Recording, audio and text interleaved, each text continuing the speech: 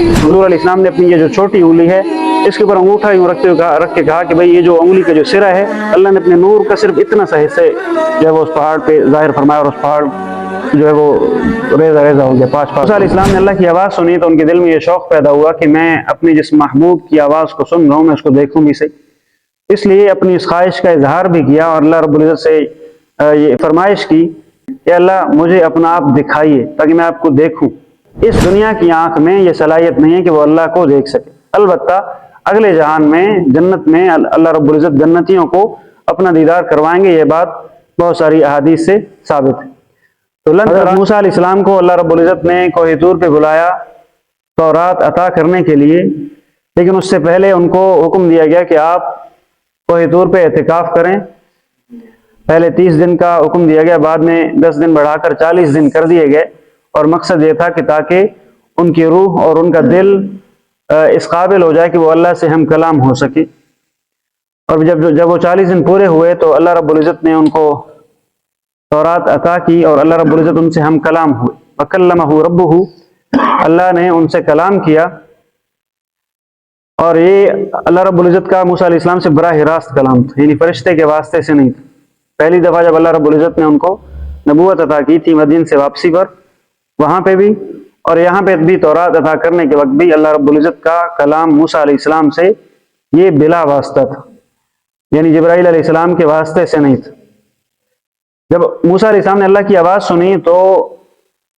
ان کے دل میں یہ شوق پیدا ہوا کہ میں اللہ کو دیکھوں بھی صحیح۔ ظاہر انبیاء کو اللہ رب العزت سے جتنی محبت ہوتی ہے اس کا ہم اندازہ نہیں کر سکتے۔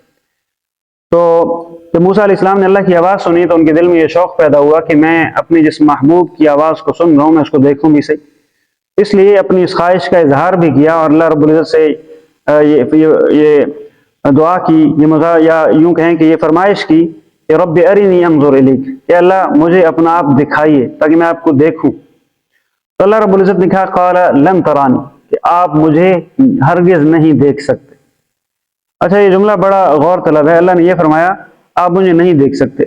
یہ نہیں فرمایا کہ مجھے نہیں دیکھا جا سکتا، یہ فرمایا آپ مجھے نہیں دیکھ سکتے، یعنی ابھی آپ کے اندر یہ صلاحیت نہیں ہے کہ آپ مجھے دیکھ سکیں، کیونکہ اس دنیا کی آنکھ میں یہ صلاحیت نہیں ہے کہ وہ اللہ کو دیکھ سکے۔ البتہ اگلے جہان میں جنت میں اللہ رب العزت جنتیوں کو اپنا دیدار کروائیں گے، یہ بات بہت ساری احادیث سے ثابت ہے۔ تو لن ترانی فرمایا کہ آپ مجھے نہیں دیکھ سکتے، یہ نہیں فرمایا کہ مجھے دیکھا ہی نہیں جا سکتا۔ تو اگلے جہان میں انشاءاللہ اللہ رب العزت سارے جنتیوں کو اپنا دیدار ضرور کروائیں گے، اور یہ جنتیوں کے لیے سب سے بڑی نعمت ہوگی۔ البتہ اللہ رب العزت نے فرمایا کہ وَلَكِنْ انظُرْ إِلَى الْجَبَلِ، تم اس پہاڑ کی طرف دیکھو، فَإِنِ اسْتَقَرَّ مَكَانَهُ فَسَوْفَ تَرَانِي، اگر یہ پہاڑ اپنی جگہ پہ برقرار رہا تو پھر آپ مجھے دیکھ پائیں گے، کیونکہ پہاڑ ظاہر ہے مادی اعتبار سے بہت مضبوط ہے انسان کی بنسبت، اور بہت بلند و بالا بھی پہاڑ تھا وہ،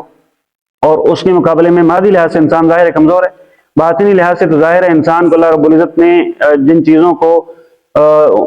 کا تحمل کرنے کی صلاحیت اللہ نے انسان کو دی ہے وہ کسی اور چیز کو نہیں دی، اس لیے اللہ رب العزت نے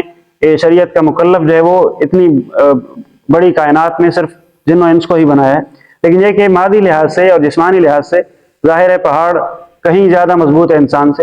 اس لیے اللہ رب العزت نے فرمایا کہ اگر یہ پہاڑ اپنی جگہ پہ برقرار رہا تو پھر تم مجھے دیکھ پاؤ گے۔ تو اس کے بعد ہوا کیا، فلما تجلی ربہ للجبل جعلہ دکا، جب ان کے رب نے پہاڑ پر اپنی تجلی فرمائی تو اس پہاڑ کو ریزہ ریزہ کر دی، یعنی جب وہ پہاڑ اللہ کی تجلی کو برداشت نہیں کر سکا تو ظاہر ہے انسان کہیں زیادہ کمزور ہے تو وہ کہاں برداشت کر سکتے تھے، تو موسیٰ علیہ السلام اس تجلی کو دیکھ نہیں سکے، ظاہر ہے پہاڑ پہ اللہ نے تجلی فرمائی تو موسیٰ علیہ السلام بھی اس نتیجے میں پہاڑ جب ریزہ ریزہ ہوا تو بے ہوش ہو کے گر گئے۔ اچھا، تجلی کا مطلب کیا ہے؟ ایک لغوی معنی اس کا ہے کسی چیز کا منکشف ہونا، ظاہر ہونا، لیکن صوفیاء کی اصطلاح میں اس کا معنی ہوتا ہے کسی چیز کو بالواسطہ دیکھنا، کسی اور واسطے سے دیکھنا، جیسے شیشے میں انسان اپنے آپ کو دیکھتا ہے، ظاہر ہے وہ اس کا وجود تو نہیں ہوتا نا، وہ شیشے کے واسطے سے اپنے آپ کو دیکھ رہا ہوتا ہے، تو اسی طرح اللہ رب العزت نے پہاڑ پہ اپنی تجلی فرمائی۔ اب اس کی حقیقت اور کیفیت کیا تھی اس تفصیل میں پڑھنے کی کوئی ضرورت نہیں ہے، بس اللہ نے پہاڑ پہ اپنی تجلی فرمائی اور پہاڑ اس کا تحمل نہیں کر سکا اور ریزہ ریزہ ہو گیا، حضور علیہ السلام نے اپنی یہ جو چھوٹی انگلی ہے اس کے اوپر انگوٹھا یوں رکھ کے کہا کہ بھائی یہ جو انگلی کا جو سرا ہے اللہ نے اپنے نور کا صرف اتنا سا حصہ جو ہے وہ اس پہاڑ پہ ظاہر فرمایا، اور اس پہاڑ جو ہے وہ ریزہ ریزہ ہو گیا، پاش پاش ہو گیا۔ تو پھر ظاہر ہے انسان میں ابھی یہ صلاحیت کہاں ہے اس کے سر کی آنکھوں میں کہ وہ اللہ کا دیدار کر سکے، اس لیے وہ نہیں دیکھ سکتا۔ دنیا میں شرعاً جو ممکن نہیں ہے کہ وہ انسان کوئی بھی اللہ کو دیکھ سکے، البتہ آخرت میں اللہ رب العزت سارے جنتیوں کو اپنا دیدار ضرور کرائیں گے۔ اللہ ہم سب کو بھی اس نعمت سے سرفراز فرمائے۔ آج ان کو ہوش آیا تو ان کو احساس ہوا کہ مجھے یہ سوال نہیں کرنا چاہیے تھا جس کی ابھی مجھے اجازت نہیں تھی۔ غیر انبیاء علیہ السلام اللہ کے بڑے ہی مقرب لوگ ہوتے ہیں، تو ان کا ہر عمل جو ہے وہ اللہ رب العزت کی حکم اور اجازت سے ہی ہوتا ہے۔ تو فوراً سے انہوں نے اللہ رب العزت کے حضور استغفار کیا، فرمایا سبحانک تبت الیک، کہ اللہ آپ کی ذات بڑی بلند و برتر ہے، بڑے پاک ہیں آپ، میں نے یہ جو سوال آپ کی اجازت کے بغیر آپ سے کیا تھا اس پہ میں آپ سے توبہ کرتا ہوں، آپ کے حضور توبہ کرتا ہوں، آپ کی طرف رجوع کرتا ہوں۔ وَأَنَا أَوَّلُ الْمُؤْمِنِينَ، اور میں سب سے پہلا مومن ہوں۔ ظاہر ہے کسی بھی امت کا اپنی شریعت اور اپنی کتاب پہ سب سے پہلے ایمان لانے والا وہ نبی خود ہوتا ہے، اور اللہ کے حکم کا سب سے پہلا مخاطب وہ نبی ہی ہوتا ہے۔ تو اس لیے فرمایا کہ سب سے پہلا مومن میں ہی۔ اب اس کے بعد اللہ رب العزت نے کیا کلام کیا اس کی تفصیل ہے اس آیت میں۔ اللہ رب العزت نے فرمایا یا موسیٰ انی اصطفیتک علی الناس برسالتی و بکلامی، اے موسیٰ میں نے تمہیں اپنی رسالت اور اپنے کلام کے ذریعے سے لوگوں پر چن لیا ہے، تمہیں لوگوں پر فوقیت دی ہے اس وقت کے لوگوں پر۔ ظاہر ہے انبیاء میں سب سے بڑا درجہ جناب رسول اللہ صلی اللہ علیہ وسلم کا ہی ہے، اس وقت کے لوگوں پر مراد یہ ہے کہ ہم نے تمہیں اپنی رسالت اور اپنے اس کلام کے ذریعے سے فوقیت دے دی ہے۔ اب آپ کا کیا کام ہے؟ فخذ ما آتیتک، میں نے جو تمہیں دیا ہے یہ تورات اور شریعت جو تمہیں دی ہے اس کو پکڑ لو، وکن من الشاکرین، اور اللہ کے شکر گزار بندے بن جاؤ۔ اس سے اگلی آیت میں تورات کے بارے میں تفصیل ہے کہ وہ کیسی کتاب تھی۔ اللہ فرماتے ہیں وَكَتَبْنَا لَهُ فِي الْأَلْوَاحِ مِنْ كُلِّ شَيْءٍ، ہم نے ان کے لیے تختیوں میں سب کچھ لکھ دیا تھا۔ اس سے معلوم ہوتا ہے کہ تورات جو ہے موسیٰ علیہ السلام کو تختیوں کی صورت میں لکھی لکھائی ملی تھی۔ وہ تختیاں کتنی تھی، کس چیز کی بنی ہوئی تھی، اس تفصیل میں پڑھنے کی کوئی ضرورت نہیں ہے، بس تختیاں تھیں، کسی بھی ساخت کی ہو سکتی ہیں، لکڑی کی ہو سکتی ہیں، پتھر کی ہو سکتی ہیں، بہرحال تختیاں تھیں، ان میں تورات کے احکامات لکھے ہوئے تھے۔ یک مشت جو ہے وہ موسیٰ علیہ السلام کو دے دی گئی، اور اب اس میں تھا کیا کچھ موعظۃً، نصیحت تھی، یعنی لوگوں کے اعتقادات کے متعلق، ان کے اعمال کی اصلاح سے متعلق ہر قسم کی نصیحت اس میں تھی، وتفصیلا لکل شیء، اور اس میں دینی احکام سے متعلق، حلال حرام جائز ناجائز سے متعلق ساری تفصیلات اس میں درج تھیں۔ اللہ رب العزت یہ فرماتے ہیں، اور پھر موسیٰ علیہ السلام کو حکم دیا فخذھا بقوۃ، اس کو خود بھی مضبوطی سے تھام لیں،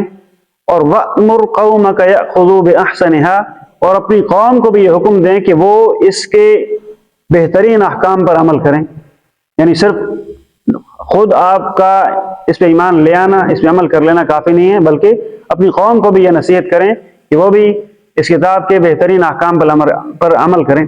اچھا، اللہ نے فرمایا وَأَمُرْ قَوْمَكَ يَأْخُذُوا بِأَحْسَنِھَا، کہ اس کے بہترین احکام پر عمل کریں۔ اس کا ایک مطلب تو یہ ہے کہ تورات کے سارے ہی احکام بہترین ہیں، مطلب ساری کتاب پر عمل کرو، اور ایک مطلب یہ بھی ہے کہ کچھ احکام میں شریعت میں کیا ہوتا ہے کہ رخصت ہوتی، اس میں دو پہلو ہوتے ہیں کسی بھی حکم کے، ایک پہلو رخصت کا ہوتا ہے اور ایک پہلو عزیمت کا ہوتا ہے۔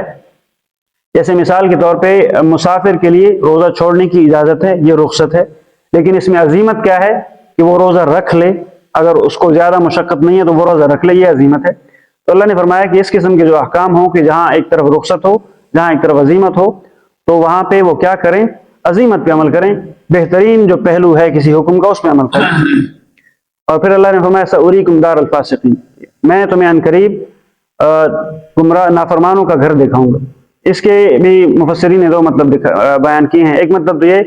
کہ فاسقین اور نافرمانوں کے گھر سے مراد جہنم اور دوزخ ہے، ان کا جو آخری ٹھکانہ ہے۔ اللہ نے فرمایا کہ میں تمہیں وہ دکھاؤں گا کہ تمہیں اذیتوں میں مبتلا کرنے والوں کا انجام کیسا ہوا۔ اور اس کا ایک مطلب یہ بھی ہے نافرمانوں کے گھر سے مراد